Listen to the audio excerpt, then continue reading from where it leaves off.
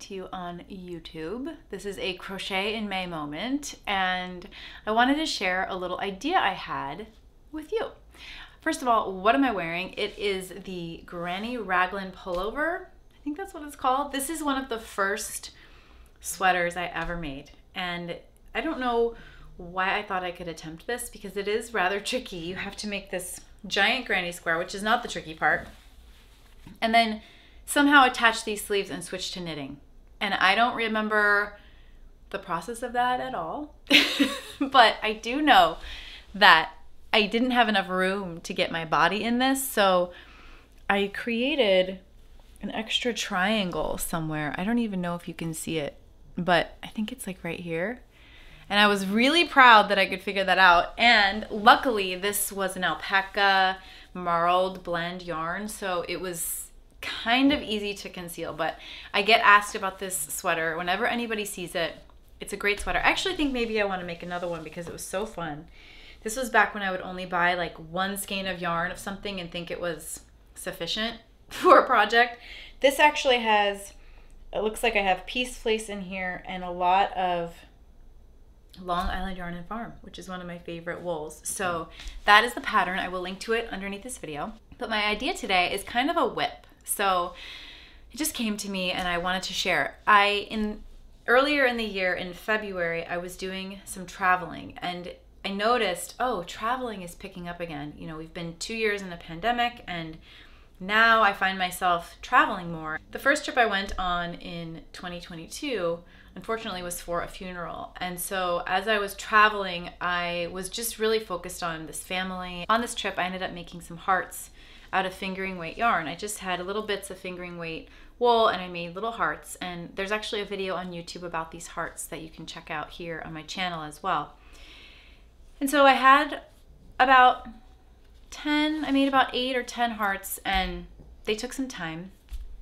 And then my next trip was for the winter break with my family and we went to a warm climate and I was crocheting with, again, some fingering weight wool. And as I was sitting there thinking about life and projects and all of those things, I just found myself starting to make little tiny granny squares out of the wool I had taken on the trip. And I thought, oh, you know those temperature blankets that people make where they choose a color palette and then every day they crochet or knit something into a blanket or a scarf or some piece that represents the temperature? I thought, well, what if I made a piece that represented my travels? And it doesn't have to be travels because not everyone does that. It could be even a piece that represents all of your projects from the year. So every time you do a project, when you have leftover yarn, because I would say 9 times out of 10, we have a little bit of extra, you just make a granny square or something, like a tiny little something, and then you can incorporate it into a final project, whether it's a wrap or a scarf or something like that. Maybe it's not enough for something that big. Maybe it's a cowl, maybe it's many years worth of these things. I'm just throwing this idea out there. There are no rules to it. So I made these tiny little granny squares and they brought me so much joy to make little tiny granny squares out of this mohair. So here's just a little one. And I'm trying to make them all sort of the same size. So on my warm vacation where I was just crocheting, I made these little granny squares because this is the wool I was using in my projects. Here's one made out of this metallic that I was mixing with another fiber, but it doesn't matter. I liked it. Actually held this double to make this. This was very tricky to make. And I think this will stretch to be more this size.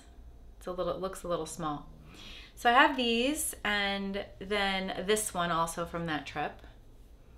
So this whole row of grannies would be from my trip in February.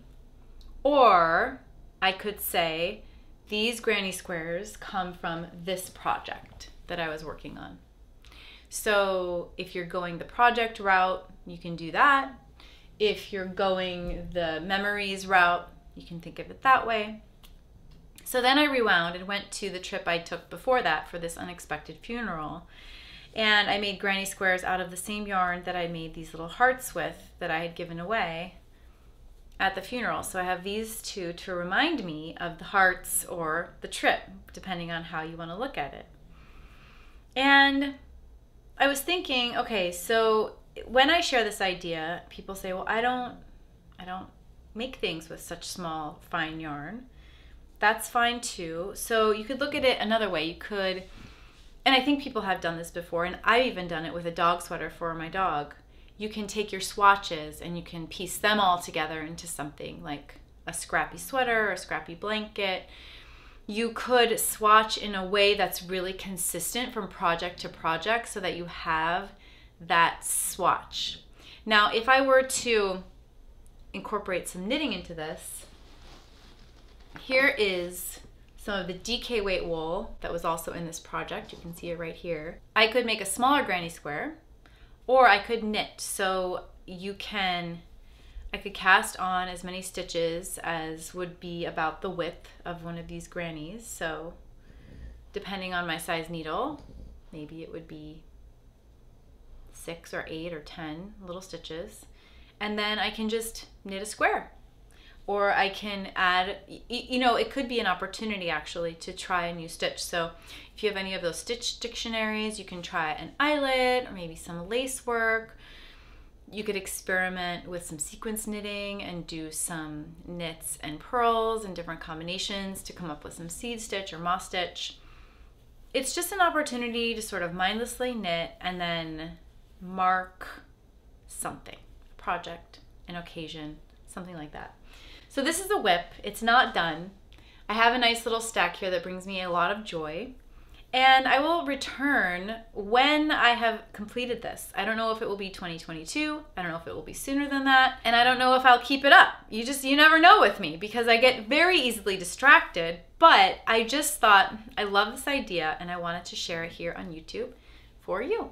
So thanks for joining me here and I'll see you next time. Bye.